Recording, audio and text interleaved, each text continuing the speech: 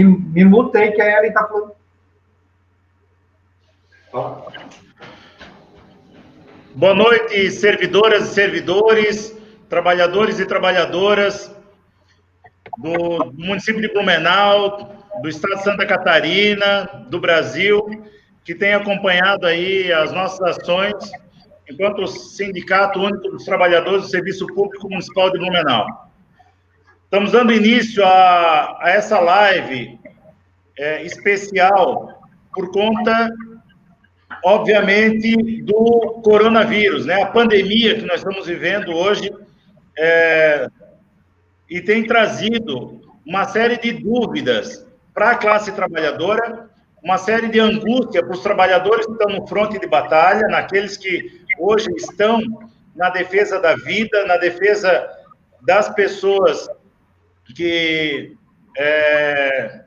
estão adoentadas ou estão adoecendo por um ou por outro motivo, ou até mesmo, principalmente, por conta do coronavírus. E o sindicato trouxe para fazer essa live especial 3 pessoas muito importantes. Por que muito importantes? Porque nós queremos dar visibilidade às pessoas que estão nesse fronte de batalha, os trabalhadores da saúde, e trazer um pouco desse sentimento, né, do que é trabalhar com as condições e como é que são essas condições de trabalho hoje, da forma como está organizado, da forma como não está organizada, para uma situação tão complexa e tão séria para a vida dos trabalhadores e das trabalhadoras. Então, nós temos hoje o Cato, nós queremos agradecer, doutor Cato, agradecer a doutora Carla, a Ellen, que também é uma convidada especial, está com alguns problemas tecnológicos, mas daqui a pouco está entrando aqui com a gente. E já vamos dar início, aí, para sem muitas delongas, né? Eu quero pedir para o doutor Cato, já se apresenta, né, doutor? Onde você trabalha? E também aproveitar, Cato, e o sindicato quer trazer para esse debate e dizer, você que está nos assistindo, que está nos acompanhando, fique à vontade para fazer o seu comentário, fazer aqui o seu questionamento para o doutor Cato, para a doutora Carla, para a Ellen, tendo em vista que nós estamos falando com 2 médicos sanitaristas.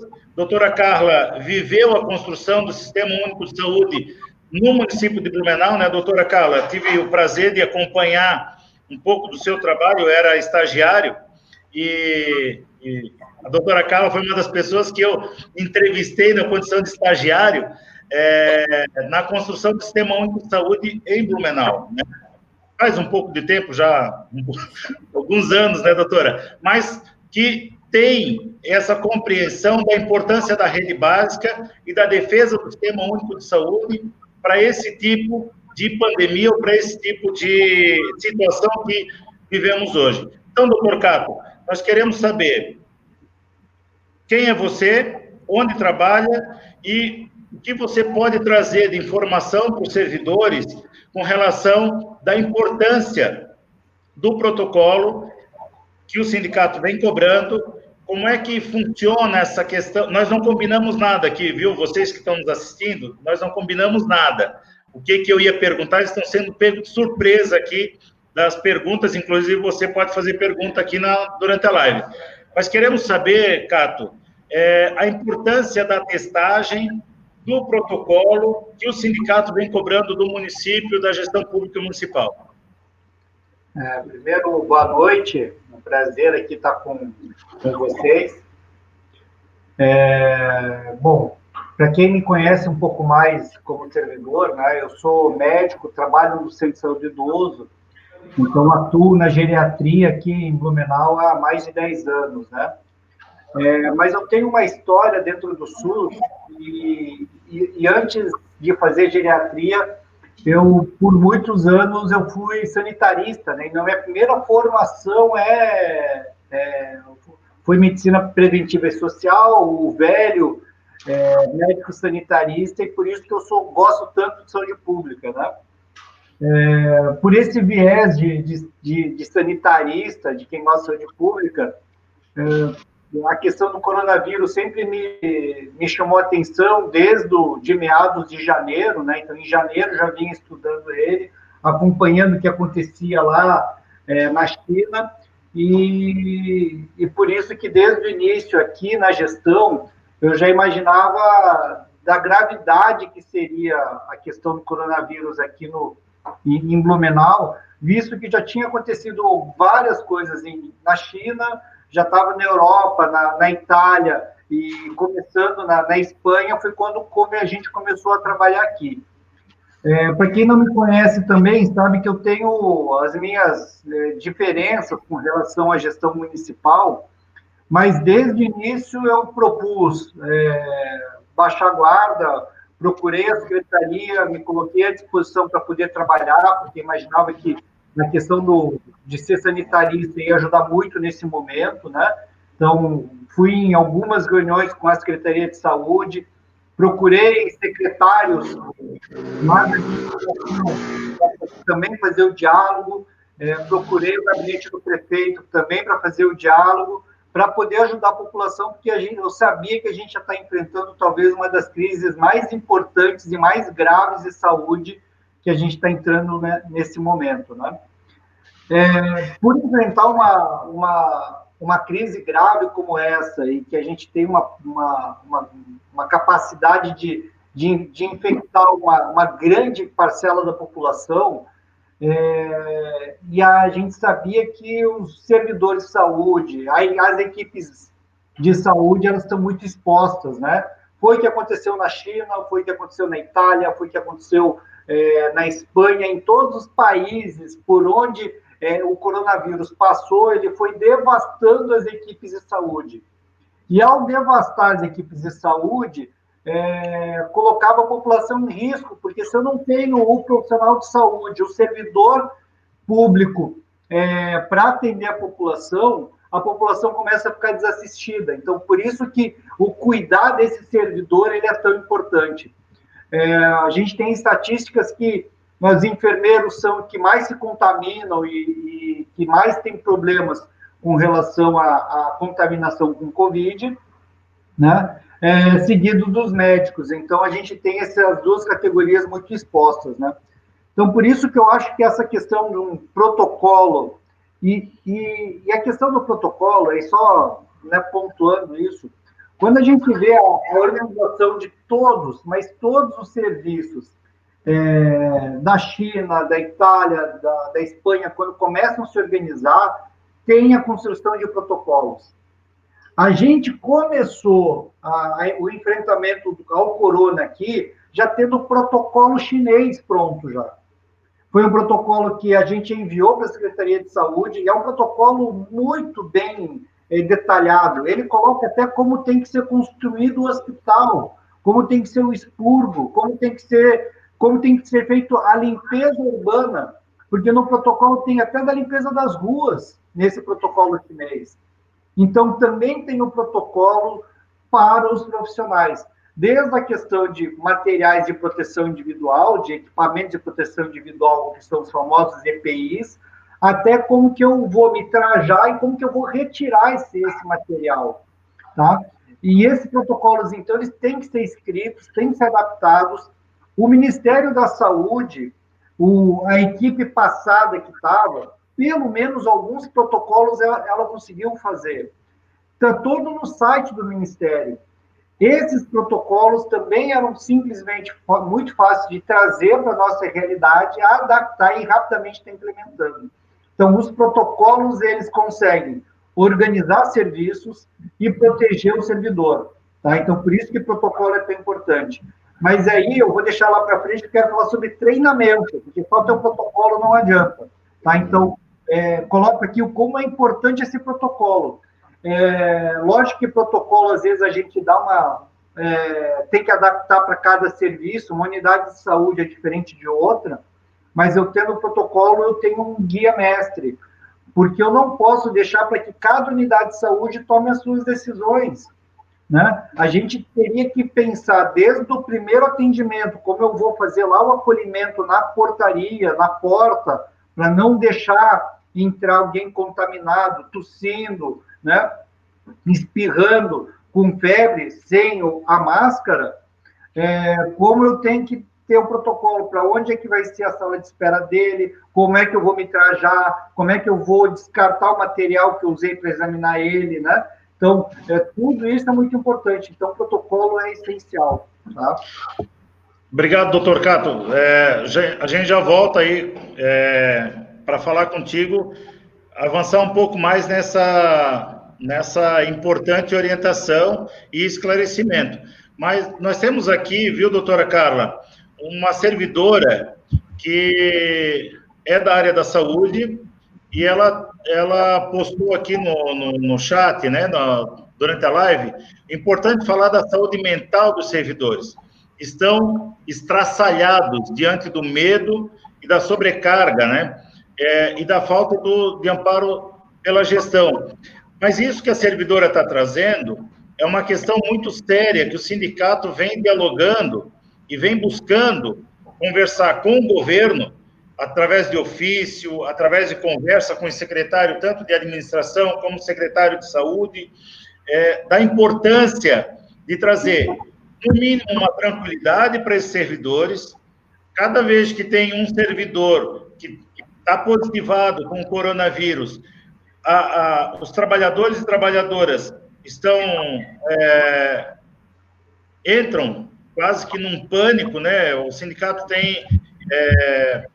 Estou tentando entrar aqui com a Ellen, tá, pessoal? O sindicato tem uma sobrecarga, inclusive, de chamadas dos servidores preocupados como lidar com... Oi, Ellen, seja bem-vinda. Oi, tudo bem? Tudo bem. Seja muito bem-vinda, viu? Pessoal, a Ellen estava com um probleminha tecnológico aqui dessa plataforma, mas já conseguiu resolver. Então, doutora Carla, você trabalha numa unidade onde teve pessoa positivada, e nós conversamos com vários servidores desse local de trabalho que viram um certo descaso da administração pública na orientação para os servidores e também a insegurança que eles tiveram pela falta de orientação e o que fazer nesse momento. Então, eu passo a palavra já direto para a senhora, para falar um pouco sobre isso, né, que a servidora coloca aqui, e essa preocupação que o sindicato tem tido de oficializar o governo, de trazer a importância do protocolo, como se comportar, como garantir o atendimento a esses trabalhadores e às trabalhadoras que estão lá no local de trabalho, que tiveram contato com a pessoa que se positivou, tem a ver também com a relação com a comunidade que foi atendida. Com a palavra, a doutora Carla. Boa noite a todos, né? Muito obrigada a vocês por mais um convite, né, para participar dessa live aí hoje, né, poder conversar. As unidades, para aqueles que nos conhecem, eu trabalho no Ambulatório Geral da Velha, né? Eu sou uma médica, atualmente a gente chama 15 horas, né? Eu tenho meu horário de atendimento 3 horas por dia, 15 horas por semana. E atendo de manhã no Ambulatório Geral da Velha. Nós estamos, provavelmente, agora, se não me engano, 44º dia, não sei se 44º ou 43º, dia de isolamento. Né?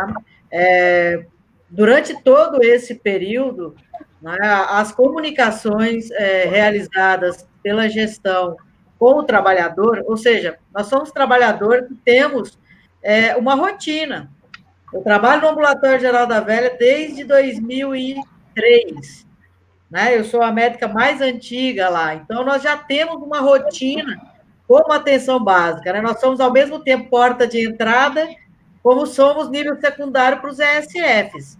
E a nossa rotina é o quê? De atenção primária, era a rotina de atendimento agendado, com observação de urgência e emergência pelo pessoal da enfermagem.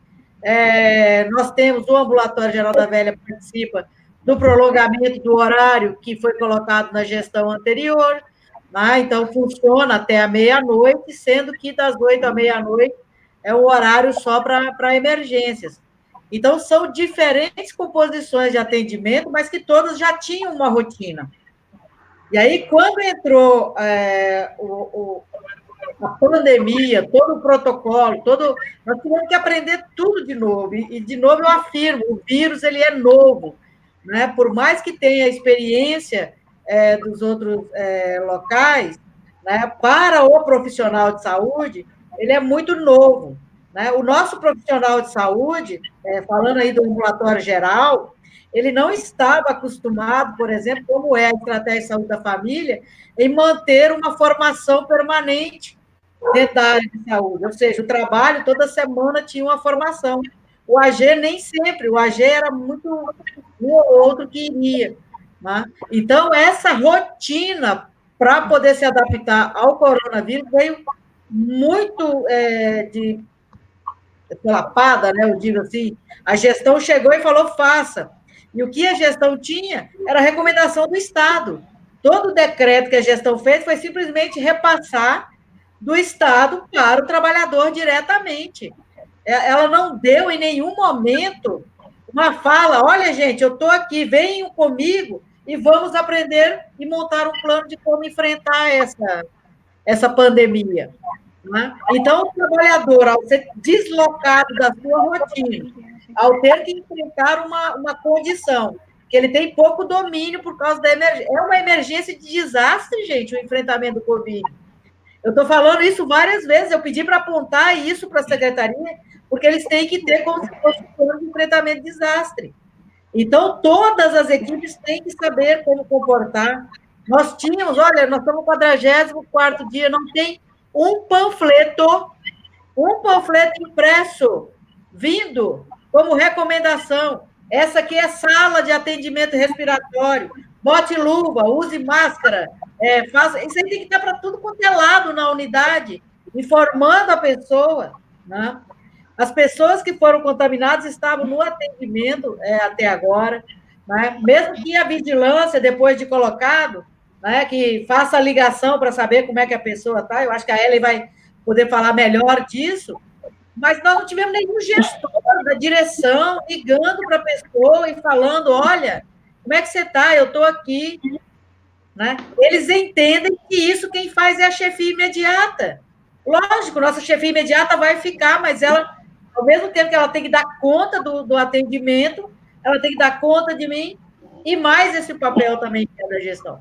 Né? Então, a gente tem falado desde o início, a gente tem se colocado à disposição, pedido, olha, eu já implorei situações. A situação dos pacientes, a situação dos trabalhadores com deficiência, que não foram contemplados nem no decreto do governo de Santa Catarina e nem do decreto de Blumenau, ainda está ao vento. Os nossos trabalhadores com deficiência ainda não têm um protocolo para afastamento e trabalho remoto. Né? É um absurdo isso. Então, tem um protocolo agora para fazer a testagem. Conseguimos isso depois de quantos dias, Sérgio, de insistência? Nossa, nós estamos um mês cobrando, doutora. Médicos. Né? Aí sai correndo para poder soltar o protocolo da conta, dá, na maior parte das vezes, mas tem gente que não vai ter o entendimento. Tem algumas coisas que vão fugir à regra do protocolo. Então, tem que ter uma abertura de alguém que receba essas coisas que fogem do protocolo. Né? E eu já coloquei mais ainda. A gestão ela tem que seguir com o pessoal da vigilância epidemiológica e da vigilância sanitária do lado. Não tem enfrentamento sem colocar o pessoal da vigilância epidemiológica para coordenar. Não é coordenação de direção, não é diretor clínico que abre a coordenação agora, não. Tem que ser o diretor da vigilância. Cadê o diretor da vigilância abrindo essa situação? Então, a gente vai poder conversar mais, mas essa condição de sofrimento mental, eu estou sabendo que os psicólogos propuseram uma ação tipo telemedicina para um primeiro atendimento. Está lá na mesa do gestor ainda, eles não deram nenhuma resposta para os psicólogos até agora. Então, a gente tem que tratar isso sim, tem ideia, nosso trabalhador do SUS é bom, tá? E eu não quero prefeito fazendo propaganda de outra saúde suplementar, deixando ao léu o nosso trabalhador do SUS e a contribuição que ele pode dar. Então, a doutora Carla está trazendo né, várias situações aqui muito importantes. Uma delas, doutora, eu quero dizer que o sindicato tem procurado entrar em contato com os servidores e servidoras que têm positivado. O sindicato tem entrado em contato, tem tentado dialogar. Nós somos em vários dirigentes sindicais fazendo esse trabalho. Eu tive a oportunidade, só ontem, de conversar com 4 pessoas, mas nessa semana, né, de servidores, tive a oportunidade de falar com outros, tanto colocando o sindicato à disposição, orientações, e também à disposição para, porventura, algum subsídio que o sindicato possa dar para esses trabalhadores. Mas, ao entrar em contato com esses trabalhadores e trabalhadoras, o sindicato faz uma coisa que a gestão não faz, que é ouvir. Ouvir os trabalhadores. Fale. Pedir para os outros colegas colocarem no mudo os seus computadores enquanto você fala, depois sair do mudo para quem... Já coloco eles aqui no mudo. Pronto. Está tudo mudado. Inclusive a senhora, desculpa, doutora, desculpa. Mas, então, assim, o sindicato tem feito uma coisa que a gestão tem dificuldade de fazer, que é ouvir os trabalhadores e as trabalhadoras da base. Não só aquelas pessoas que positivaram, mas o sindicato tem feito a visita no local de trabalho e tem feito a escuta das equipes de trabalho e as sugestões que vêm da equipe de trabalho. Muitas coisas que o sindicato levou para a administração, através de ofício, através do WhatsApp, através de ligações telefônicas para os gestores, veio da base. Não saiu da cabeça de um dirigente sindical. Veio ouvindo os trabalhadores, tanto da saúde, como de outras equipes, tipo da assistência social, do CETERB, do SAMAI. Ouvindo esses trabalhadores e trabalhadoras, nós temos pautado a conversa com a administração e as decisões e ações sindicais. Nós estamos já há um bom tempo fazendo uma divulgação da importância dos trabalhadores durante esse processo. O prefeito acordou só agora, porque o sindicato também tem, principalmente o sindicato tem feito uma ação positiva com os trabalhadores e o Sistema Único de Saúde, que ele acordou para falar dos trabalhadores. E nós estamos cobrando isso oficialmente já há mais de um mês. Mas dentro do que a doutora Carla coloca, eu queria ressaltar que a própria doutora Carla já vinha falando há mais tempo da importância do CESOSP dentro desse processo, né? Para nós, trabalhadores e trabalhadoras, principalmente nesse momento, o CESOSP tem deixado a desejar, e se ele tem deixado a desejar é porque o corpo gestor não tem levado para o CESOSP, ou não tem aberto ao CESOSP, a importância que é a saúde do trabalhador, né? Da garantia da CAT. Já vamos chegar lá na questão da CAT, né? A comunicação de acidente de trabalho, a garantia do nexo causal, né? Que é uma saúde do trabalhador, que é uma doença ocupacional, porque se você tivesse confinado, você não iria pegar o Covid. E daí ontem, conversando com uma trabalhadora que recém foi positivada, difícil a conversa com ela, muito difícil, porque ela não tem ar para conversar. Ela não consegue conversar por falta de ar. É uma coisa absurda, angustiante para quem está conversando com essa pessoa. E daí eu quero chegar na Ellen. Ellen, muito obrigado por ter aceito a conversa, esse debate, esse diálogo aqui, porque a proposta do sindicato é trazer uma conversa para os trabalhadores se sentirem mais tranquilos, saberem o que é, né, o trabalho e a ação do movimento sindical na defesa desses trabalhadores e dessas trabalhadoras, e, ao mesmo tempo, poder dialogar com a categoria as angústias que nós temos, né, desde a questão psicológica até mesmo aqueles que estão na linha de frente que acabam sendo afetados, né, pelo Covid. Eu peço já vou tirar aqui Está aberto o teu microfone, Ellen? Fica à vontade. O que nós gostaríamos de saber, qual foi o sentimento que você teve de amparo por parte do gestor público a partir do momento que você começou a sentir o sintoma e dali por diante? Sabemos que a tua chefia também, imediata também foi afastada porque estava com sintoma. Eu tive a oportunidade de conversar com a tua chefia, ela estava muito preocupada com você, inclusive naquele período, mas queria saber... Nós precisamos saber qual é o sentimento que você tem por parte da equipe, por parte do gestor público, e que sentimento é esse, né? Todo mundo falando do Covid, e o Covid estava ali contigo, né? Pode trocar um pouco essa ideia com a gente? Sim, primeiramente porque eu caí numa... Eu fui testada e eu caí naquela porcentagem de erro do teste, né? No primeiro momento, o meu teste, o PCR, ele deu negativo, né? E eu continuei afastada por síndrome gripal, fazendo o protocolo do município de Tamiflu. Chegou no 5º dia do Tamiflu, eu piorei muito. Aí eu fui no hospital do pulmão, e daí eu continuei com a suspeita, e o hospital do pulmão me diagnosticou com uma pneumonia, fez um raio-x de tórax, me diagnosticou com pneumonia, aí me mandou para casa com antibiótico, né, para pneumonia. Quando eu cheguei em casa, eu piorei demais, aí eu cheguei a saturar 76%. Em casa, eu tenho oxímetro em casa, sou enfermeira, né, então a gente... E a sorte disso que eu tenho oxímetro, e meu esposo percebeu, porque eu na hora que eu comecei a ficar dispneica, como eu ando muito ansiosa, eu ando muito nervosa, é um cenário, parece que a gente está numa guerra, assim, só que é biológico, ao invés de ter tiro e bomba, né? E é um cenário que eu nunca vi, né?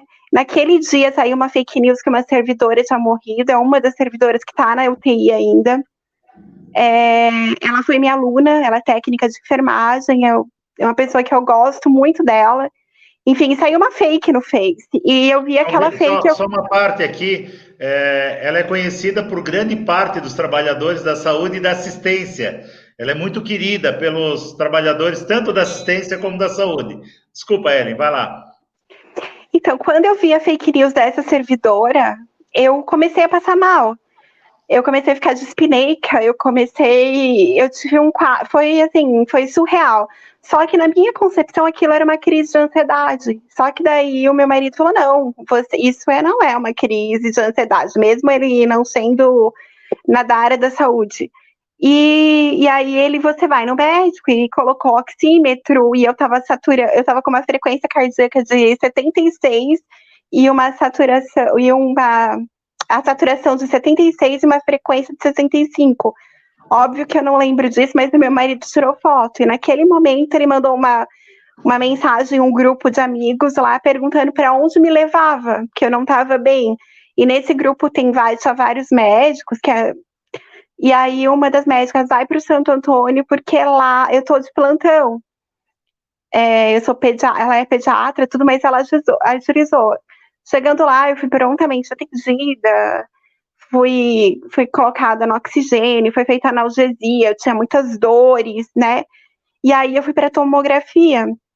E chegando lá, a tomografia, ela teve uma imagem de padrão de vidro fosco, né? Eu tive uma tomo bem feia, né? E naquele momento, por conta da dispneia, por conta dessa tomografia com essa imagem, aí eu pediram vaga na UTI.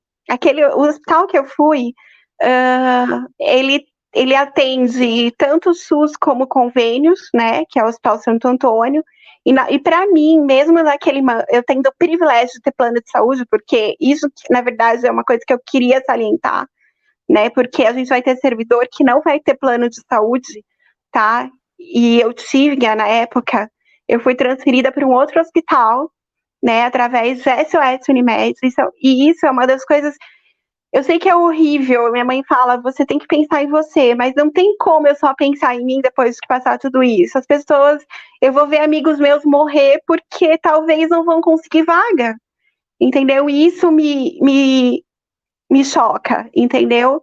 eu ser enfermeira do SUS e eu ter que ter privilégio, sabe? Eu me sinto envergonhada, sabe? Apesar de todo o tratamento que eu tive e de terem usado em mim o mesmo protocolo do sírio-libanês, né? Que é o protocolo com anticoagulante, eu ter respondido rápido.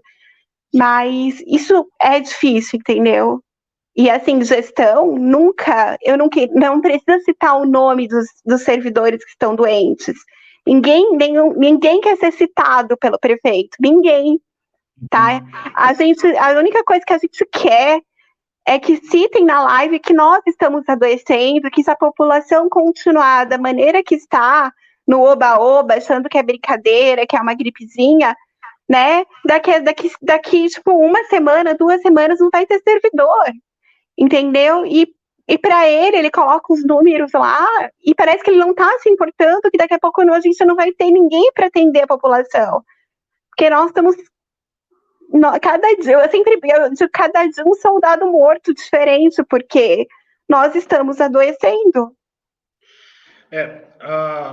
A Ellen está trazendo esse sentimento, né, de quem passou por isso e tem acompanhado, obviamente, também o trabalho do sindicato de cobrar todos os dias do governo, através das nossas postagens, através da rede social, através dos nossos contatos, né, com o governo.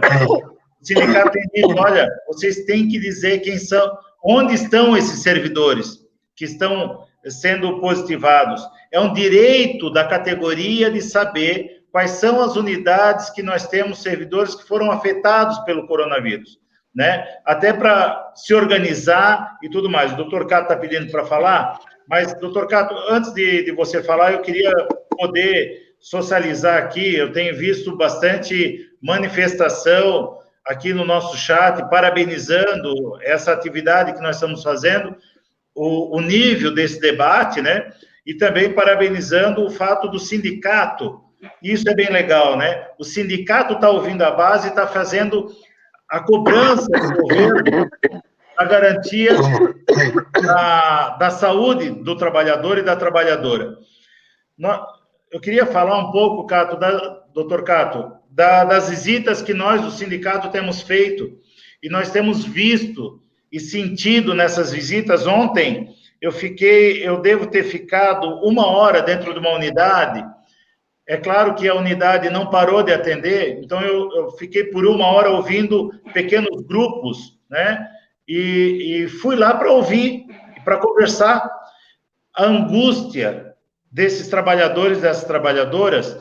Naquela unidade não tinha ninguém positivado, mas a angústia dessas trabalhadoras dizer, olha, tem tal local que não tem orientação para o uso adequado do material. Porque, só para trocar aqui a ideia com o pessoal que está nos acompanhando, o pessoal da saúde tem uma dinâmica muito grande de um que trabalha no SF, também trabalha no AG, alguém que trabalha no AG trabalha no outro AG, né, doutora? Tem bastante isso, né? A Ellen também tem 2 vínculos, né, Ellen? Nós temos bastante situações de pessoas que trabalham em várias unidades, né? Ou passam numa semana numa unidade, depois na outra. Então, o sindicato, fazendo essa conversa e essa escuta, a gente tem absorvido, né, muita sugestão. Parte da sugestão que nós ouvimos lá na base, nós conseguimos emplacar nesse documento que fizeram ontem, em conjunto 01, a portaria 01. Não tem tudo aquilo que nós queríamos ali, mas parte do que nós queríamos, eles colocaram ali. Uma delas foi garantir, mas não basta, né? Lembrar que a doutora Carla falou, não basta fazer um documento com meias palavras, né? Se não traz desde aquilo que o doutor Cato contou, desde como vai usar o material, a desinfecção do local, a desinfecção quando tem alguém positivado e a desinfecção do local diária, né? Isso é muito importante. Se não tem isso, essa importância por parte do gestor, é claro que os trabalhadores da ponta se sentem muito seguros, e isso a gente tem percebido nas nossas visitas, além das sugestões, essa insegurança e esse pânico psicológico que acaba trazendo essa falta de respeito, muitas vezes, por parte do gestor público. Vai lá, Cato, está contigo a palavra. Opa, Cato, doutor Cato, só um momento. Aí, desculpa, doutor, desculpa. Primeiro, queria lembrar que, às vezes, quando a gente fala em uso de máscara, avental, luva, talvez os médicos e enfermeiros tenham uma facilidade maior em lidar com isso. E aí, quando a gente vai dizer que o pessoal da recepção tem que usar, que o pessoal da limpeza tem que usar, que o assistente social tem que usar, que o psicólogo tem que usar, eles nunca usaram isso direito na vida, porque não é da rotina deles. Então, ou tu tem um protocolo e um treinamento sistemático, constante, para ensinar esses demais servidores, o pessoal do trânsito que está atendendo, cuida com contato com o pessoal na rua, o pessoal da assistência social, de várias secretarias, eles não sabem usar esse material. Mesmo os médicos, mesmo os enfermeiros têm, às vezes, dificuldade, porque não é, às vezes, o médico e enfermeiro que trabalha num ambulatório de cirurgia, que trabalha no centro cirúrgico. Então, a gente também tem uma dificuldade e a gente não está acostumado a lidar com isso. Então, a falta desse protocolo foi terrível. E a falta do treinamento mais ainda, porque eu preciso treinar. Eu preciso ver como a doutora Carla põe a máscara e ver como ela tira, porque daqui a pouco ela está errando, eu falo, Carla, tu errou, tu não podia pegar com a mão assim, tem que pegar com a mão assado. Isso é importante no treinamento. Então, tinha que ter o protocolo de EPIs, tinha que ter treinamento. Tinha que ter protocolo de limpeza. Esse é um vírus que a gente aprendeu desde a China, que é um vírus que fica na superfície, fica na roupa, fica na superfície do balcão, da mesa, da caneta, do teclado, do telefone, do piso, do banheiro. E eles não orientaram o pessoal da terceirizado da limpeza, que são nossos colegas de trabalho. Não é porque eles são terceirizados que eles não são colegas de trabalho. Eles não receberam EPI, se não é a unidade, às vezes, dá o EPI para eles, a empresa que tem seus lucros, que não deve ser pouco, ela não oferece esse treinamento, ele não ofereceu esse material para o pessoal da limpeza. Então, esse protocolo de limpeza, que tinha que ter todo dia, de 3 em 3 horas, 2 em 2 horas, tinha que limpar o balcão, tinha que limpar a mesa, sai um paciente, entra outro, tem que estar limpando. E tem que ter protocolo e treinamento para isso. Também não teve. E aí eu vou falar de um protocolo que foi, essa nota técnica aqui, a 01, foi bom. Por quê? Porque é uma vitória do servidor, é uma vitória do Sintraceb, porque é uma solicitação que vem sendo feita de tempo em tempo. Mas eu vou dizer para vocês que eu estava trabalhando até pouco tempo lá no centro de referência do Covid, e há quase 20 dias, quando, se eu não me engano, acho que foi a Ellen que tinha dado positivado, e aí alguns médicos foram lá para fazer o teste. E eu cobrei, nesse momento da gestão, um protocolo, porque se tinha uma colega que tinha estado positivo no exame, deveria todos terem feito isso, há quase 20 dias atrás. E eles vão lançar isso agora. Então, assim, é um desrespeito com o servidor, porque foi solicitado. Eu pedi para os meus coordenadores imediatos ali do centro de referência do Covid, eles entrarem em contato com a secretaria, com a vigilância, entrarem em contato com o gabinete do secretário, a gente falando que tinha que ter um protocolo para esses servidores, e eles demoraram 15, 20 dias para fazer esse protocolo. Então, é muito tempo, e nesses 15, 20 dias, quantos adoeceram? Então, adoeceram já pessoal dos terceirizados da limpeza, já adoeceram colegas, né, servidores. Então, acho que essa falta de protocolo e treinamento, para mim, eu queria resumir isso numa coisa só, Sérgio.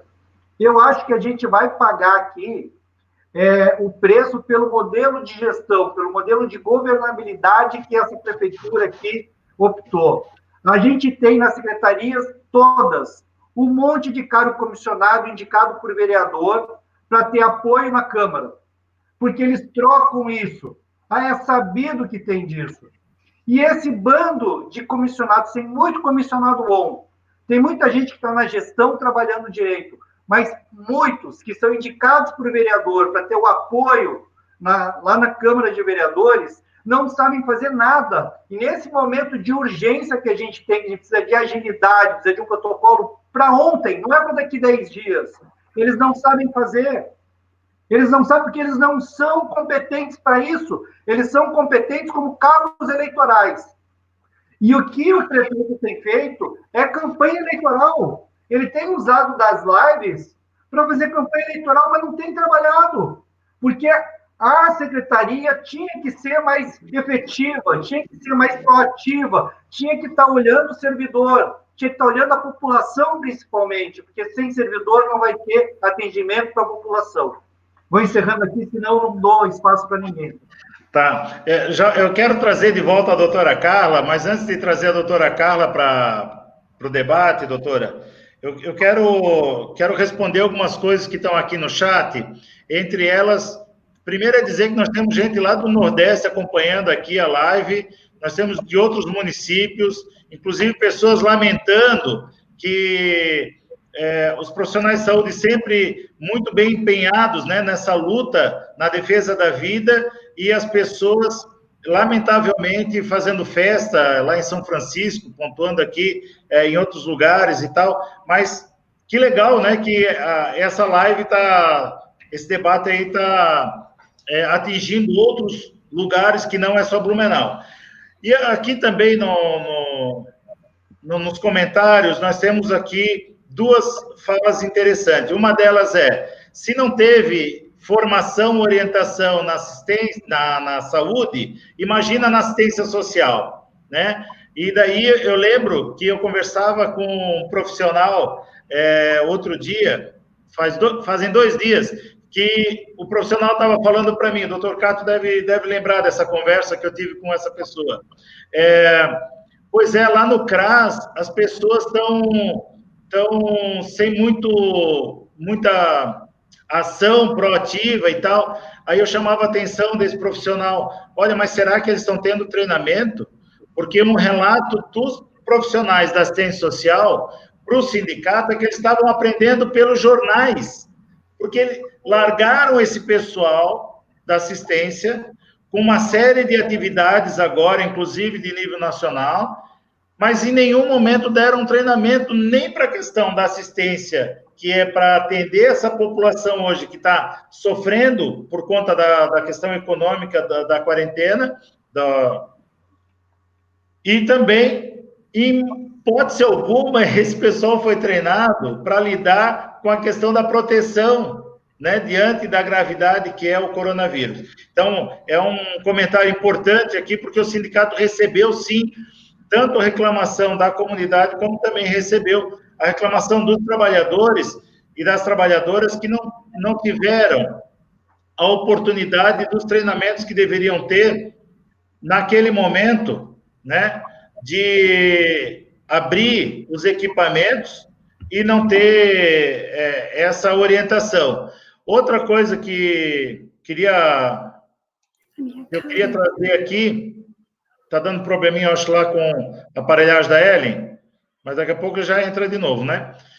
Outra coisa que queria trazer aqui para vocês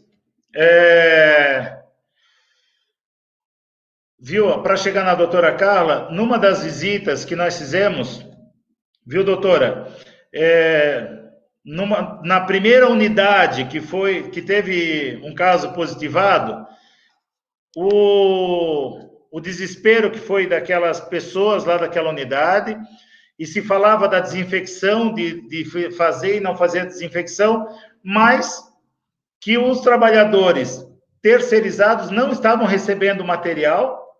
E daí uma outra visita que eu fiz, eu acho que foi ontem, que a trabalhadora disse, olha, nós estamos fornecendo para os trabalhadores da Orcali, mas nós não podemos falar para a gestão, porque não pode passar para os trabalhadores da Orcali o material de proteção individual que elas não têm. Olha que coisa grave isso, e o sindicato está cobrando que os terceirizados tenham o equipamento de segurança, que se a Orcali não fornece o gestor municipal tem que cobrar essa corresponsabilidade, ou ele tem que ser corresponsável da garantia desse equipamento de segurança para essas trabalhadoras. E o que aconteceu? O sindicato cobrando há mais de um mês, e daí nós temos 2 trabalhadoras da Orcali infectadas, até agora, que nós conseguimos ter informação, porque mesmo nós, o sindicato solicitando informação do governo, o governo não informa, né, Ellen? Ele não informa nem nas lives de propaganda política que ele faz, e nem para o sindicato que faz a pergunta oficial que ele deveria, ele tem a responsabilidade de passar, né, essas informações para que a gente possa dialogar. E o sindicato também, viu, doutora? Doutor e Ellen, enfermeira, o sindicato fez um apelo para a secretária municipal de educação, um apelo. Nós fizemos ofício, nós fizemos ligação telefônica, nós fizemos mensagem, por último, 2 mensagens gigantes de WhatsApp, dizendo, olha, por fim, nos cabe a apelar. E foi isso que nós escrevemos. Apelamos para que você evite chamar a comunidade para dentro das unidades escolares e colocar em exposição ainda mais os trabalhadores e trabalhadoras e contribuir para o fim do isolamento, né, trazendo a comunidade para dentro da escola. Ela não atendeu o nosso apelo, uma semana depois ela estava positivada, né? Olha o que é a ironia do destino. Uma semana depois do apelo do sindicato, a secretária estava positivada, a segundo escalão positivado, 2 chefias da CEMED mais positivadas. Então, assim, não é que nós queremos dizer que nós estamos certos, eles estão errados. É para dizer, olha, gente, o sindicato tem ouvido a comunidade, o sindicato tem ouvido os trabalhadores e as trabalhadoras e tem feito a cobrança. E, por ironia, né, a prática tem mostrado que eles estão no caminho errado e estão sendo afetados, inclusive, e daí tivemos uma diretora de escola que estava lá preparando aquele material que nós dissemos que não era para fazer. Na semana seguinte, a diretora de escola positivada. Eu queria que a senhora falasse um pouco sobre isso, sabe, doutora? Né, para contribuir para o debate. Tem que abrir o microfone. Vai. Tá bem forte isso mesmo, né? Eu sempre coloco que todos os setores que fazem atendimento ao público, eles estão na mesma condição do setor da saúde. Todos. Isso, tá? Isso. Hoje eu atendi policial militar. O cara veio, mandei para o pronto-socorro para fazer raio-x de tórax, porque tinha ausculta pulmonar já. O colega dele, semana passada, estava com gripe e não procurou atendimento. Continuou.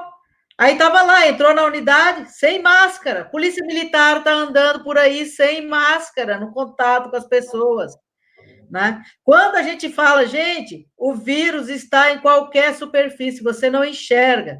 O vírus, ele tem muita propagação. A propagação dele é muito rápida.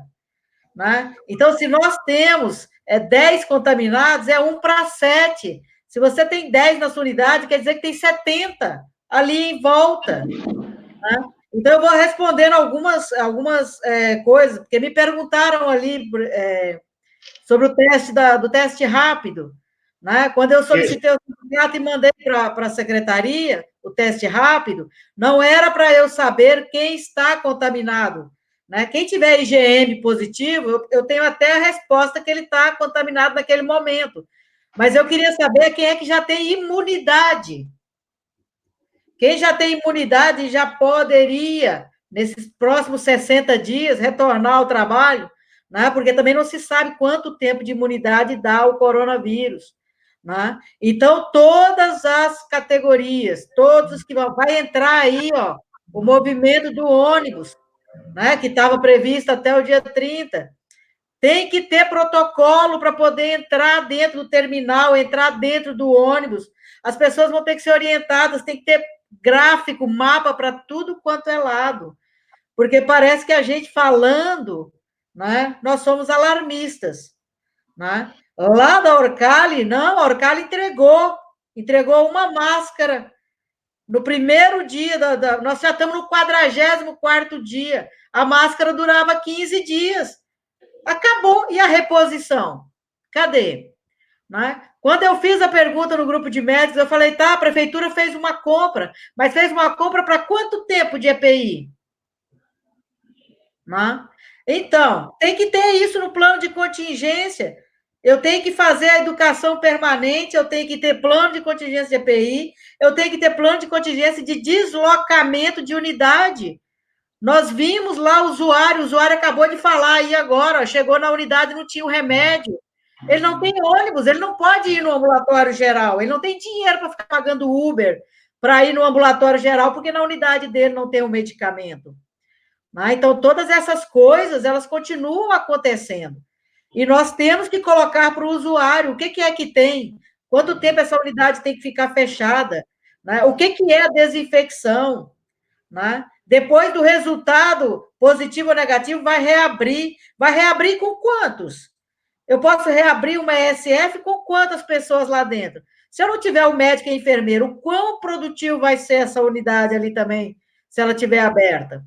Né? Eu tenho que deslocar para outra unidade. O colega tem que estar sabendo que ele vai receber o outro colega na unidade dele. De pronto. Olha a briga que está dando aí. Eu não gosto de fulano, não gosto de ciclano. Você tem que resolver essas coisas em plena pandemia. Não dá para isso. Né? A pessoa tem que chegar na unidade e saber aonde que ela vai ficar, o que ela vai fazer lá na outra unidade, que não é a dela. Né? Então, está tudo jogado, né, sob observação de que a chefia imediata cuida da situação. Colocou a chefia imediata contra a parede. Ela agora tem que atender tanto o pessoal dela, quanto tem que resolver o problema das outras unidades. Né? Supervisora positivou, tem que sair fora. E aí? Quem é que cuida da área, da região que a supervisora era responsável? Né? Então, essas condições, o pessoal via na televisão, até para o mercado, o pessoal entregava a compra do lado de fora, deixava no carrinho do lado de fora para a pessoa só passar no sistema de drive-thru e levar. Como é que colocaram para pegar a cesta básica lá dentro da escola, gente? Entrou, olha o que está acontecendo nos bancos. Agora eles mandaram uma ordem para os bancos de pedir, pelo amor de Deus, ordenem a entrada das pessoas dentro do banco. Como é que você vai fazer uma fila com 1,5 metro de distância entre uma pessoa e outra? Né? Então, tem muita coisa acontecendo e as coisas que vão aparecendo tinham que ter respostas colocadas para a comunidade. Né? E eu quero saber quem é a mãe do Lourenço Henrique Paulino Possamay. Você? É teu menino, Ellen? Abre o microfone da Ellen aí. Estou abrindo, calma. Estou aprendendo a lidar com isso ainda também. Ellen, a pergunta é para você. A interface da tua computador, ali à sua direita, está escrito Live Comments. Clica em cima desse Live Comments aí à sua direita. Aí você vai ver os comentários de todo mundo ali. Tem alguém desesperado ali. Mãe, eu estou aqui. Mãe, eu estou aqui. Dá um oi para ele. Eu vou dar por aqui. Oi! Entendeu? O teste rápido, então, ele tem essa especificidade dele dar imunidade, gente. Então, ele serve para fazer o ordenamento desse plano de contingência que a gente está pedindo. Né? Ele não é o diagnóstico, para ele ser diagnóstico de que teve a doença, ele só pode ser aplicado entre o 8º e o 10º dia. Né? Então, ele vai ser um comprovante, ele não vai ser o diagnóstico lá, que é o PCR, que a gente fala, né, que é o exame que tem que ser feito. Mas o PCR também, como a Ellen explicou aí, né, até o 3º, 4º dia, ele pode muito mais facilmente dar falso negativo. Né? Então, a gente tem aquela análise clínica, né, de que avaliar se a pessoa volta. Né? Eu nem estou exigindo, tá, gente? Porque para Ellen voltar, depois de afastada, ela tinha que fazer um teste rápido e olhar se o IgM dela já está negativo e se ela tem só IgG. E só depois dela ter só IgG que ela poderia ser permitida retornar ao trabalho. E, por enquanto, o que nós temos? 14 dias de afastamento e retorno imediato ao trabalho. Eu volto agora dia 3 de maio. Então, eu tô assim, eu tô destruída. Eu tô assim, o meu psicológico, doutora Carla, eu nunca entrei no INSS, assim, ó, tipo, eu só fiquei afastada nas minhas gestações. Só tive licença maternidade. É a primeira vez na vida que eu tô com medo, eu tô apavorada. Eu tenho medo de pegar de novo. E é prático, porque ninguém pode te assegurar que você não vai pegar o vírus de novo. Né? O pessoal não sabe se o vírus foi uma recontaminação ou se a pessoa ainda estava com uma viremia que voltou a reativar. Não temos como afirmar isso. Então, nós continuamos com isso. Esse medo, né? Eu fiz uma live ali só sobre medo, porque é medo, nós somos humanos, nós sentimos medo. 50% da comunidade vive em ansiedade. É um sistema opressor, esse sistema do capitalismo, com relação ao trabalhador. É isso que a gente está vendo aí, oprimindo o trabalhador, obrigando o trabalhador a ir para o trabalho e obrigando ele a se contaminar. E se ele fica contaminado, ele não tem atendimento em tempo útil. Né? Então, nós temos que ficar em cima mesmo. Eu já falo para todo mundo nas minhas lives, se não te deram resposta à chefia imediata, ligue para o sindicato, não vá trabalhar. Olha, eu já estou fazendo greve. Não vá trabalhar se você não tem segurança. Liga para o sindicato e bota o Sérgio para poder atuar no teu lugar. A Carla está trazendo umas coisas que são importantes, doutora, que o sindicato ele tem dialogado com os servidores, com as servidoras, que assim, nós vamos fazer de tudo para chegar nas ações extremas, né? Nós vamos buscar dialogar, nós vamos usar as redes sociais, nós vamos fazer denúncia. Quero dizer aqui a todos que estão acompanhando que o sindicato foi no Ministério Público, chamar a atenção do Ministério Público da forma como estão sobrecarregando os trabalhadores e as trabalhadoras, da forma como estão negligenciando os trabalhadores públicos e, nesse caso, que fomos ao Ministério Público, foi da forma como estão lidando com a comunidade escolar, com os trabalhadores da educação. E daí, Ellen, eu quero só voltar aqui um pouco para a questão da Ellen, né, de uma trabalhadora da saúde que teve a infelicidade de ter positivado, né, a questão do coronavírus, apavora os teus familiares, a situação, porque tu ficas numa situação difícil, né, isolada dentro da própria casa, com filho, marido, né, essa é a orientação, que você seja isolada dentro da sua própria casa, dos teus próprios entes queridos, né, deve ser muito difícil mesmo. Só quem vive isso deve saber expressar melhor do que eu, que tenho ouvido essa expressão, ouvindo de uma diretora de escola que foi positivada também, ela trazendo um pouco dessa angústia para o sindicato, né, de que o quanto é difícil isso. Outras chefias dizendo, olha, é tão difícil, Sérgio, é tão difícil, porque até para a gente conseguir a porcaria do atestado, para levar para o CESOSP, que tem 72 horas, tu tem que estar confinado e tu tem que ter uma pessoa de confiança para ir atrás do atestado, chega lá e eles não dão o atestado, sabe, é uma confusão, é uma falta de respeito com os trabalhadores que estão positivados, já estão sensibilizados, né? Já tem que mudar toda a rotina, né, Ellen? Dentro de casa, na relação com outras pessoas, tu já é visto diferente, né? É muito difícil. E daí tem um comentário aqui, Ellen, que vai na linha do que você estava falando.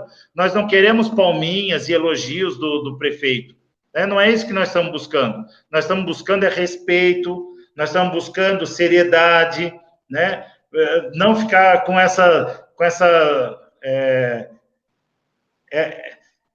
coisa de usar as lives ou os espaços que eles têm para dizer, vamos dar parabéns, vamos dar aplauso para o trabalhador da saúde. Olha, nós estamos aqui durante uma guerra. dentro dessa guerra contra esse vírus invisível, nós temos pessoas sofrendo. Aqueles que não foram infectados estão sofrendo com essa pressão que vai chegar em mim, né? Eu sou de grupo de risco, né? A minha esposa é grupo de risco, eu tenho um pai que é de grupo de risco. Então, todo mundo tem alguém, se não é do grupo de risco, ou tem alguém que é do grupo de risco na família, né, doutor? Né? O doutor tem acompanhado um pouco essas angústias também, que tem vindo esses questionamentos para ele, que é bem frequente. Então, eu queria pedir para a Ellen falar um pouco desse sentimento, né, Ellen, como a prefeitura, como gestor, tem lidado com isso, uma pessoa que estava na linha de frente defendendo a vida e acaba tendo a sua vida fragilizada por estar defendendo outras pessoas, né? Está contigo. Então, nós que somos enfermeiros, médicos, né, doutor Cato, a doutora Carla sabe, a gente fez um juramento de Hipócrates, e a gente jurou lá, né, na hora que a gente recebeu o nosso diploma, que a gente ia salvar vidas, né, independente de qualquer coisa. Só que agora a gente está lá, numa linha de frente, salvando vidas, né, só que a nossa vida, ninguém tá se preocupando. Eu não digo ninguém da nossa família, porque eu fui para UTI, tá? O meu pai e a minha mãe e os meus filhos se desesperaram, o meu pai e minha mãe se desesperou, né? A minha família toda se desesperou, agora tem um grupo de WhatsApp de oração para mim, né? Toda a família, tios, tias, enfim, sabe? Assim, a família inteira se desesperou. E assim, ó, na minha casa, o meu marido tem uma doença genética, o meu pai tem várias comorbidades, a minha mãe é idosa, tem mais de 60 anos, eu tenho 2 crianças pequenas, né? Um tem epilepsia e o outro tem asma. Então, assim, toda a minha família era do grupo de risco, menos eu. E aí eu queria proteger todo mundo, né? E eu até brinco, eu fiz um trato com Deus, né? Eu rezei tanto para não acontecer nada com eles, e talvez foi esse trato com Deus que foi comigo, né? Porque eu não tenho, além de ser gordinha, que é uma comorbidade também, ser um pouquinho gordinha, mas eu não tinha outra comorbidade, eu não sou hipertensa, eu não sou diabética, eu não tinha nada, né? Aliás, dificilmente eu ia ao médico, assim, muito difícil, né? E de repente tu se vê numa UTI, para mim foi assustador. E assim, ó, eu ainda tô isolada, tá? Eu ainda tô sem ver os meus filhos, tá? E eu tenho um filho de 7 anos, eu tenho um filho de 11 anos, né? O 11 anos é o Lourenço Possamay, o de 7 é o Caduzinho. E assim, o Caduzinho toma medicação 3 vezes ao dia, sabe? Então, assim, era coisas. Eles tinham bardas para tomar, tipo, o leitinho dele com magia, sabe? Então, tudo isso eles. Eu não vejo a hora de tomar meu leite com magia, que o da minha avó não tem magia, só o da minha mãe, sabe? Assim, eu tô me mantendo viva por causa deles, assim, porque além de você sair da UTI e ter alta, você não pode ver ninguém, né? Eu ainda tô na fase de não ver ninguém, né? E fora que é horrível, não, é tudo horrível.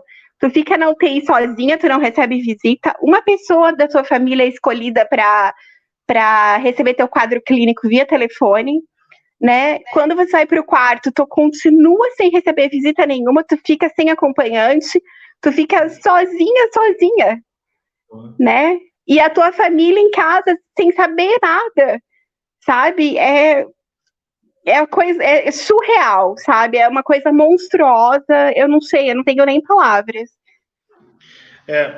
Ellen, assim, eu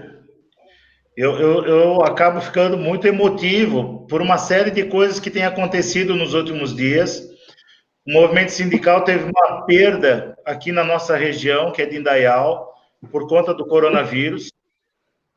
Para mim também acaba sendo bastante difícil estar nessa linha de frente. A Mariângela era uma professora de Indaial, do movimento sindical, extremamente ativa no movimento sindical, e teve a infelicidade também de ter o coronavírus que levou essa nossa companheira embora, né? Muito triste, tem acontecido algumas coisas difíceis para nós, mas, ao mesmo tempo, né, a gente, isso tem trazido para a gente como combustível para a gente levar ainda mais a sério, dar mais importância, não só para a vida, mas mais importância para a questão dos protocolos, para a questão da importância desse isolamento social, né? Ontem, falando com uma servidora, e daí eu quero chegar no Cato e na doutora Cato e doutora Carla, quando a servidora ontem disse, olha, já que tu estás falando, eu precisava saber qual é o convênio que vocês têm com um pneumologista, porque a alta né? Eu tô rindo, mas é de ir nervoso. A servidora, uma das primeiras, né, que foi afetada pelo coronavírus, não foi a primeira, mas está entre as primeiras que ganhou alta há poucos dias, acho que ganhou alta ontem, ela falava, olha, Sérgio, nós somos largados a Deus dará. Os médicos disseram, agora vai procurar um pneumologista. Tá? E cadê o nexo causal, doutora Carla? Cadê o acidente de trabalho? Você está na linha de frente, você recebe de presente essa angústia, e ela falava, Sérgio, eu o tempo todo via o desespero da equipe médica ao redor de mim, e o meu corpo não reagindo positivamente, né? Não tendo resposta a 4 antibióticos na veia direto, sem resposta, eu estava entrando em pânico por conta do sofrimento físico, mas em pânico por ver os médicos, a equipe médica empolvorosa e o meu corpo não reagindo, né? E daí, quando eu ganho alta, eles diziam, vai procurar um pneumologista, porque agora está eslargada a própria sorte. Então, eu quero chamar a atenção que essa é uma outra luta que o sindicato está fazendo com a administração para o reconhecimento do nexo causal e na questão do acidente de trabalho, para ter, né, esse amparo. E daí eu queria pedir para a gente já começar a entrar para as considerações finais, que a doutora Carla e o doutor Cato pudessem falar um pouquinho sobre a importância de um vírus que é desconhecido, que nós não sabemos quais são as sequelas futuras, inclusive, né? E daí tu diz para a pessoa que está ganhando alto, agora vai atrás do especialista. E, te vira, né? Então, com a palavra aí, tira para o ímpar quem começa. Vou começar pelo doutor Cato e logo na sequência a doutora Carla. Pode ser? Já estou liberando teu microfone aqui, Cato. Não deu.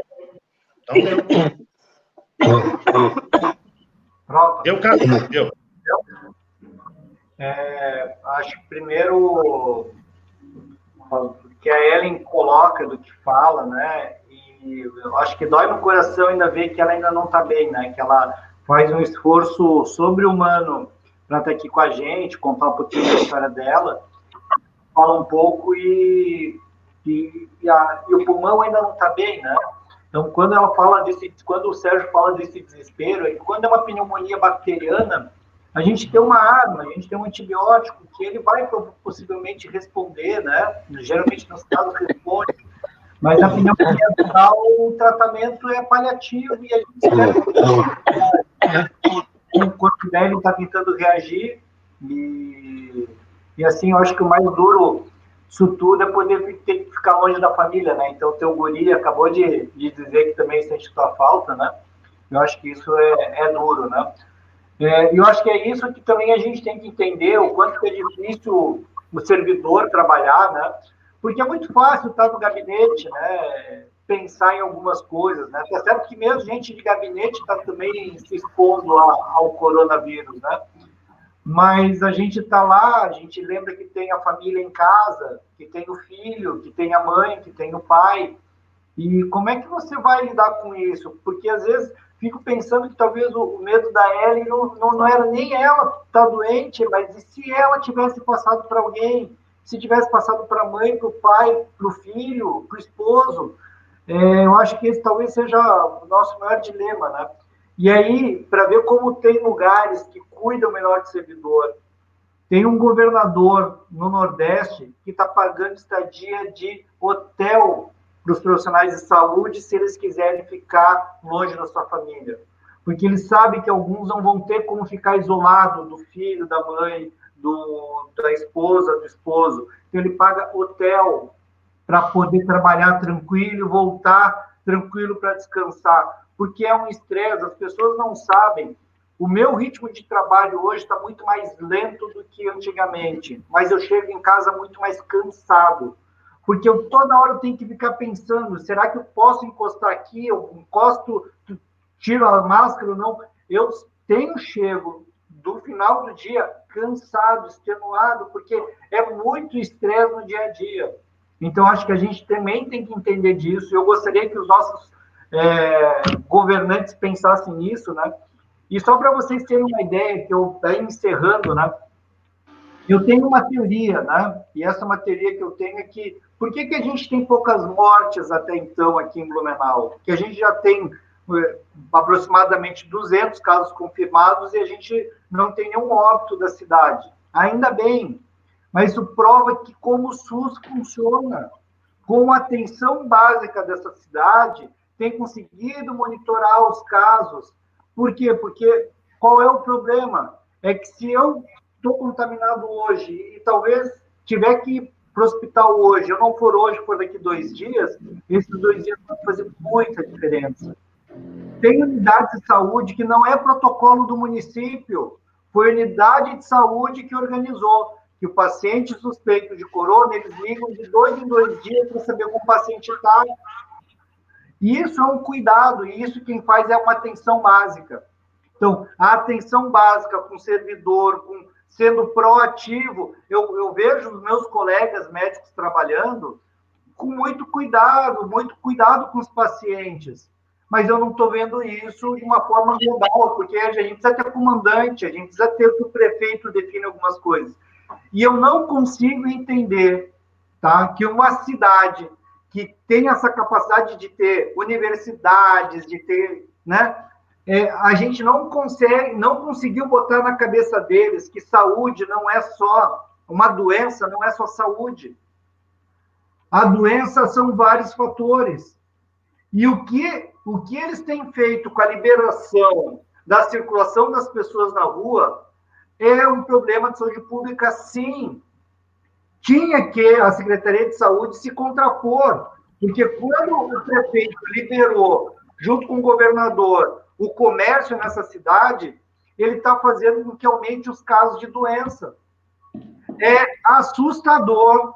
Eu tenho que sair de casa, que tenho que trabalhar, mas se pudesse, eu queria estar em casa. É assustador o número de carros, de pessoas na rua, de aglomeração. Elas estão cavando a própria cova, junto com o respaldo de um prefeito que não entende a ciência, com o problema de um governador que não entende a ciência, e com o problema de um presidente que nega a ciência, não é nem que ele não entende, ele nega. Nega. Então, a gente tem um problema grave e que a população vai ter que entender que a quarentena a gente vai ter que fazer, porque a gente vai começar a ter mortes, infelizmente, nessa cidade. E aí, quando começar a ser os nossos entes queridos, o nosso vizinho, nosso amigo, aí talvez o desespero talvez faça a gente mudar um pouquinho disso. Mas eu também queria que a Secretaria de Saúde e a Prefeitura assumissem a responsabilidade deles, tá? E que eles ainda, parece que ainda não assumiram, parece que estão ainda como adolescente. Vai dar tudo certo. Só que se eles não agirem, não vai dar certo. Tá? É isso. Agradeço todos vocês, agradeço quem deixou aqui os comentários, tá? Obrigado pela oportunidade de estar aqui com vocês. O doutor Cato, Ellen, doutora Carla, nós vamos ainda ter mais uns minutinhos, mas de antemão já quero pedir para vocês três, depois da live, se puderem entrar ali nos comentários, tentar responder algumas perguntas que porventura a gente não conseguiu, foi uma avalanche aqui de comentários. Eu confesso que eu não dei conta de acompanhar todos os comentários para tentar responder, mas eu quero, antes de passar a palavra para ti, doutora, responder aqui 2 comentários que eu consegui pegar de questionamento para o sindicato e me cabe aqui dar a resposta. Primeiro é sobre os ACTs. O sindicato teve uma vitória numa conversa que nós fizemos com o secretário de administração. Foi uma conversa bastante produtiva, porque nós dialogamos com ele a respeito dos trabalhadores ACTs da educação, que vence o contrato esse mês. E como a previsão é de, no mínimo, as aulas estarem em trabalho remoto até final do mês de maio, se eles iriam renovar ou não o contrato dos ACTs. E nós conseguimos aí fazer um bom diálogo, né, com o secretário, onde ele entendeu que a argumentação, né, ao não renovar esses contratos, todos esses ACTs, eles só poderiam entrar novamente no ano que vem, porque eles não podem ser contratados 2 vezes pelo mesmo edital. Então, ali, meio que caiu a ficha, não, de fato, não dá para não renovar o contrato desses ACTs da educação. Mais especificamente, respondendo aqui o questionamento. Os ACTs que estão 2 anos consecutivos, nós não conseguimos avançar por uma questão óbvia. A legislação não permite 2 anos consecutivos pelo mesmo edital. Então, eles são obrigados a chamar o ACT que está aguardando na fila, né? Outro questionamento aqui, que é muito sério, eu acho que cabe aqui um comentário da doutora Carla, sobre a questão da ambulância. O sindicato recebeu uma manifestação dos trabalhadores da ambulância de que eles estavam impondo aos trabalhadores da ambulância, o motorista da ambulância, que ele esse motorista fizesse a desinfecção da ambulância, de todos os equipamentos. Eu recebi o documento, eu fiquei horrorizado, apavorado, entrei em contato com o secretário de saúde, com chefia da chefia, para dizer que tem um equívoco ali, né? Uma coisa é a gente contar com a questão solidária dos trabalhadores da saúde, de todos os trabalhadores, que claro que vão ser solidários e estarão, de alguma forma, contribuindo para a desinfecção de equipamento, de material, enfim. Mas obrigar o motorista, levar o estresse do motorista à atividade que não é da competência dele, né? E daí, pasme, doutora, nós estamos falando da ambulância, é um equipamento importantíssimo para salvar vidas. Eles dão tique de lavagem da ambulância, da viatura, a cada 15 dias, depois de implorar muito. Quando acontece a cada 15 dias, se não é uma vez por mês. Nós estamos entrando no 2º mês, né? Nós já estamos no 2º mês da pandemia, e eles ainda estão sofrendo para conseguir lavar a ambulância, porque o município está regulando a cada 15 dias ou a cada 1 mês a lavagem da ambulância. Um verdadeiro absurdo, um descaso da administração com uma coisa tão importante. Mas tá, passando a palavra para ti, eu queria ter a oportunidade de estar respondendo aqui algumas coisas. Doutora Carla, está contigo. Só deixa eu abrir o teu microfone. Abriu, vai. Está aberto. Não é bem... Daí a dimensão do tanto que é complicado, Sérgio. Todas as áreas que são afetadas pelo transporte, aonde circulou um paciente, maior probabilidade de ter o corona, eu tenho que ter a atenção em cima desse local. Com treinamento para limpeza, com ordenamento de limpeza de quantas vezes, com conjunção de coisas. Eu tive essa experiência, eu estou na sala de respiratório, e eu mandei para a chefia o recado, falei, olha, o pessoal tem que fazer a limpeza mais vezes aqui, tirar o material e voltar, nem que seja a cada 2 horas, 3 horas. Ah, nós não temos gente para isso. Então, esse não temos gente para isso, figura duas coisas: o peso da resolução em cima da chefia imediata, né? E que ela não tem respaldo junto à gestão para tomar uma atitude frente a isso, né? E que é isso que a gente vê, porque a chefia imediata vai entrar em contato com a Orcali, vai entrar em contato com o pessoal da ambulância, vai entrar em contato e ela simplesmente vai falar, porque ela não tem poder de comando. É isso que a gestão não dá. Quem é que tem poder de comando, de decisão? Então, fale com essa pessoa. Situação de desastre, situação de emergência, precisa disso. Né? Precisa de ter o fluxo, precisa saber quem é que dá a ordem, quem é que manda, quem é que entra em contato, né? Como é que é feita a desinfecção. Não dá para pagar tickets de limpeza de uma ambulância lá no lava-jato de não sei aonde. Não dá, gente, não pode ser ali, isso tem que ser feito dentro da área. O que é desinfecção, o que é passagem de álcool depois em tudo, né? A nossa vacina está sendo feita no pessoal ali no micro-ônibus, que é do pessoal federal ali, que dá o trânsito. O pessoal está lá, agora o pessoal do trânsito tem que fazer a limpeza do micro-ônibus. Não pode. Quem tem capacitação técnica para fazer higienização de material que está contaminado é o pessoal da enfermagem. Ou então, eles dão o ordenamento de como o pessoal da limpeza tem que tratar, tem que trajar, tem que fazer.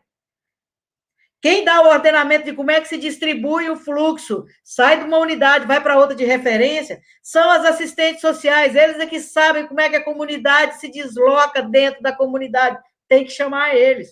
Né? O fluxo de emergência, depois que sai da minha unidade, eu fiz treinamento, falei para intubação, depois que o paciente sair de mim, ele vai para quem? Quem é que faz esse transporte até o hospital? Ah, é o SAMU e é o bombeiro. As duas unidades têm por norte em Blumenau serem as responsáveis pelo deslocamento de pessoas graves. Então, tem que ter treinamento nos dois, tem que ter higienização de tudo que é usado ali da mesma forma, por igual. Né? Tem que usar a EPI, tem que fazer a higienização. Né? Eu recordo aqui, o Júlio, eu vi a carinha dele aí, e quando eu fiz o meu mestrado, foi no planejamento, só para encerrar, né? E ali no planejamento estratégico, foi o único planejamento estratégico que já teve na Secretaria Municipal de Saúde em 25 anos. Foi o melhor plano que se teve, foi a instalação com o Edson Adriano. E eu fiz o estudo desse plano. E o Castellani, o avô do Júlio, que era o presidente do Conselho Municipal de Saúde naquela época. Né? Pai do Júlio. E o Castellani falava. Pai do Júlio. Não. Ah, não, tá certo. Eu estava pensando no meu agente de saúde lá. Tá certo, o pai do Júlio. Né? Ele falava, Blumenau é reconhecido como a cidade onde o capitalismo deu certo. Blumenau tem o melhor IDH. Então, nós somos ricos aqui, então a gente não precisa ficar cuidando dos problemas dos pobres, dos trabalhadores, não. Por isso que não precisa preocupar em pneumo, é só chegar para a pessoa e falar, olha, agora você procura o pneumo. Como se fosse todo mundo tivesse saúde suplementar em tempo útil, pudesse pagar por isso. Né? Então, tem que parar com esse conceito, né, de Blumenau. Aqui tem uma diversidade de culturas, uma diversidade de pessoas. Isso aqui não é só uma Alemanha. Eu falo porque eu vim de fora. Né? Eu sou mineira, vim para cá também. Fiz a minha vida, a minha carreira, agradeço a Blumenau. E eu falei aqui, a primeira vez que eu senti vergonha foi quando eu vi aquele povo entrar no shopping daquele jeito. Quando eu vi aquela unidade de truque lá, de não sei como é o nome daquele trem lá, tudo cheio de gente tomando chopp, todo mundo sem máscara, tudo fazendo. Né? Vocês estão, ao circularem na cidade, né? Eu sei, passei por um idoso lá, falei, o que o senhor está fazendo aqui? Aí ele falou, doutor, nós somos sozinhos, né? Nós temos que sair para fazer as coisas. Então, saia correndo e volte correndo, usa máscara, só vai no lugar, pega o que você tem que pegar e volta para casa. né? Isso falando de pessoas de risco. Nós temos profissionais que são da área de risco e que estão trabalhando. A gestão está aceitando isso. Ah, não vou ficar em casa. Ah, não, é muito. É muito enquanto você não pegar um vírus. É muito enquanto você não for parar na UTI. Certo? O prefeito na live falou lá, mas são só 20. Olha, você acha quantos profissionais nós temos na saúde, na educação e na assistência social? Nesses aí, chega nos 5 mil. Então, nós somos 5 mil, eu tenho 8 mil trabalhadores na prefeitura e só 20, só! Fala para ela aí que estava lá dentro da UTI. Fala para aquela... A média de internações que nós tivemos foram de 8 internações e sempre um trabalhador da saúde era um internado. Então, eu não quero saber de 8 mil para 20, não. Eu quero saber de 8 para 1. De 8 para 1. Porque eu rezo todo dia, para poder o pessoal ter empatia, que é aquilo que os nossos governantes não têm. Empatia pelos trabalhadores que estão sendo acometidos pelo vírus. Empatia, compaixão. Compaixão, gente. Não adianta ir para a igreja, ir para o culto, e você não dá compaixão. Porque ficar dentro de casa hoje é compaixão para outra pessoa não se contaminar. Certo? Então, olhar para o trabalhador de saúde que estiver comprometido, ligar para ele, falar, olha, eu sei que eu estou invadindo porque eu fiquei sabendo que você está com uma doença. Mas se você precisar de mim, liga para mim. Fala isso. Espalha o número de todo mundo, né? Os psicólogos não foram atendidos lá pelo gestor, espalha o número dos psicólogos que vão fazer isso pelo sindicato, tá? Porque não dá para esperar esse pessoal que acha que Blumenau é uma cidade rica e que todo mundo é imune, tá? Que a imunidade vem pelo seu tanto que você ganha de salário, né? E que não é, não, tá? Já passou a fase dos ricos ficar aí. O Cato tem um mapa ali, do pico que já deu as SARS. Agora vai ser a hora do pobre ir para o pronto-socorro, do pobre ir atrás de uma enfermaria e não achar. Tá? E isso vai durar o mês de maio todinho, o mês de junho todinho. Então, segura as pontas aí, gente. Segura, trabalhador de saúde, porque somos nós que vamos fazer, tá? A gestão só está respondendo pressão. Não está tendo a dignidade de fazer um ato de frente de chamada para o trabalhador ir junto, não. Certo? Desculpa a minha emoção, mas eu fico pé da vida com essa coisa. Nossa, obrigada, doutora. Muito bom estar com vocês aqui hoje. Nossa, doutora. Doutora Carla, doutor Cato, vocês foram ótimos. Falaram com exatamente aquilo que nós precisávamos ouvir, né? O quanto a categoria precisa ouvir essa orientação, essa sugestão, essa experiência que vocês têm na área da saúde pública, da construção e da implementação do Sistema Único de Saúde. Agora, a doutora Carla trouxe um assunto que me chamou muita atenção no vídeo que o prefeito fez para responder à campanha que o sindicato tem feito para a garantia da integridade física dos trabalhadores, né? O prefeito acabou fazendo uma live aí, falando de números, que a doutora Carla acabou mencionando agora, e me chamou muita atenção da forma como ele descarta as pessoas, né? E que pena que o prefeito usa o nome de Deus no final de cada fala que ele tem, mas, ao mesmo tempo, ele diz, olha, se nós tivermos tantos infectados, nós já estamos com tantos contratados, como se as pessoas fossem descartáveis, como se nós, trabalhadores da saúde, que estamos na linha de frente para defender a vida, se tem 20, se tem 28, eles nem sabem direito, o sindicato tem mais informação do que eles, né? Ele falou informação errada hoje do número de servidores. Talvez ele nem saiba quantas chefias dele estão contaminados. O sindicato já sabe. O sindicato já conversou com cada chefia contaminada, praticamente, né? Não conseguimos falar com uma. O sindicato não conseguiu falar com uma chefia infectada, porque ela estava para receber o resultado hoje, mas o sindicato falou ontem, quando ela estava na suspeita ainda, embora hospitalizada. Mas quero te dizer, Carla, que chamou muito a nossa atenção essa forma de usar números, né? Ah, já tem tantos contratados, se caso mais 20 passar pelo sufoco de ficar sem ar, isolado dos filhos, né, Ellen? Isolado do marido, sem conseguir minimamente dialogar com os seus entes, né? Minimamente ter um olhar carinhoso dos seus amigos, ou poder abraçar, enfim. Então, isso chamou bastante atenção, viu, Ellen, na fala do prefeito. E quando ele fez essa fala, eu me lembrei da servidora ontem, que praticamente não tinha ar para falar comigo, né? Engraçado que não foi eu que liguei para ela. Em dado momento, a gente vinha conversando e tal, mas ela ligou para tirar uma dúvida com o sindicato, e eu me senti extremamente emotivo naquele momento por fazer isso que a doutora Carla e o doutor Cato disseram, né? Quando é que as pessoas vão fazer empatia? E eu fazia essa empatia ontem, quando eu falava com a servidora que não tinha condições de respirar para perguntar aquilo que ela precisava saber, que o governo não dê, né? Não dá essa resposta para ela, para os servidores, ou a tranquilidade que deveria dar. Eu quero passar a palavra para a Ellen, viu, Ellen? E já ao mesmo tempo te agradecer por ter aceitado esse convite, de participar desse debate, dessa conversa. Eu percebi aqui muita gente te elogiando e se emocionando com o teu depoimento.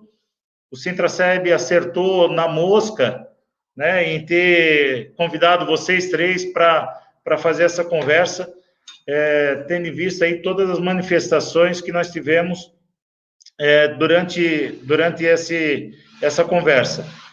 Ao mesmo tempo que eu estou agradecendo, eu queria pedir para a Ellen fazer as considerações dela, diante aí do que ainda a gente tem por vir, né, Ellen? Peraí, eu estou te abrindo, calma, estou abrindo aqui o teu microfone. Abri. Tá. Eu quase chorei na fala da doutora Carla, dizendo que eu sou mineira, e eu estou aqui na Alemanha, a Alemanha tem passaporte. E hoje eu falei isso nesse grupo de famílias de oração, né? Então a gente vive numa Alemanha sem passaporte, onde todo mundo acha que todo mundo é rico, que todo mundo tem privilégio, que todo mundo tem plano de saúde, e não é verdade, tá? Eu também trabalho na Geda Velha, como a Carla, e a gente atende muita gente em situação total de vulnerabilidade, tá? Então, assim, ó, eu tô melhor, cada dia um sintoma, eu consigo ter um sintoma a menos, óbvio que eu ainda tô bem cansada, eu ando um pouquinho, eu caio, eu tenho alguns sintomas, eu tô tossindo, eu tô fraca, mas cada dia eu tô melhorando, mas eu tive muitos privilégios, sabe? E todo santo dia hoje eu choro por aqueles que não vão ter os meus privilégios. E outra coisa, as chefias, as coordenações dos AGs, dos STFs, foram jogadas nelas umas bombas, porque assim, ó, não teve uma normativa para todo mundo fazer igual, entendeu? Jogaram nelas para cada um fazer de um jeito, e isso gerou um furdunço total, porque cada centro de cada SF, cada AG age de uma forma, sabe? E isso também está levando as chefias, as coordenações dos AGs à loucura, tá? Porque isso foi desumano, tá? O que eles fizeram. Porque em vez de, desde o começo, falar, não, vai fechar por um período para desinfecção, todos os contatos, todas aquelas pessoas que trabalharam vão lá coletar, vai ser feito assim, vai ser feito assado, não. Cada chefia teve que agir de uma forma, tá? E isso é muito doloroso.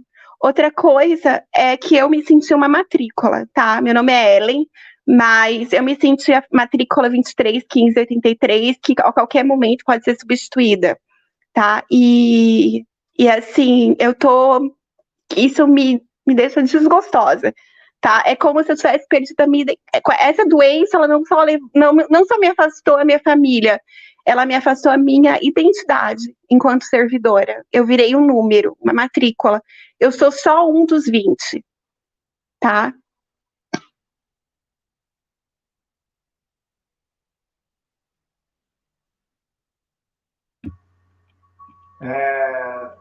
Sérgio, teu microfone está fechado. Enquanto você não abre teu microfone, vou te dizer, Ellen, tu não é mais um dos 20, não, tá? Está sendo muito doído, às vezes, escutar o que tu está falando, assim, né?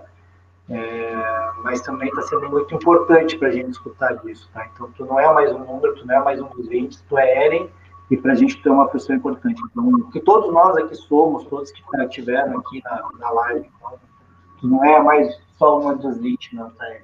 Tá? Então, muita gratidão aí por estar aqui hoje. Então, obrigado, Cato, obrigado, doutora Carla, obrigado, Ellen. Eu falava enquanto meu microfone estava fechado aqui, eu não tinha percebido, mas não tem como terminar isso aqui sem estar muito, muito emocionado pela tua manifestação, pelo teu depoimento, Ellen. Que bom que você encontrou um pouco mais de energia para estar com a gente essa 1h30. A conversa estava tão boa e eu quero pedir desculpas a vocês que eu não me ative aqui a ver que o tempo passou tão rápido. Eu estava tão concentrado na fala de vocês, tentando acompanhar os comentários e, ao mesmo tempo, emocionado, né, pelo depoimento da Ellen. Muito obrigado a vocês três, que o sindicato possa oportunizar mais vezes esse debate, essa conversa com a comunidade, com os trabalhadores, e trazer mais essa experiência para todos nós, né, e todas nós. E obrigado a todos vocês aí que puderam nos acompanhar e tiveram com a gente essa 1h36. Foi um bate-papo muito gostoso, muito produtivo, e volto a pedir a vocês três que respondam, né, depois da live aqui no Facebook os comentários. Obrigadão, tá? Valeu, Sérgio. Beijo no coração. Tamo junto, pessoal. Aí. Deu o quê? Isso, bota ali embaixo, aí no bloco.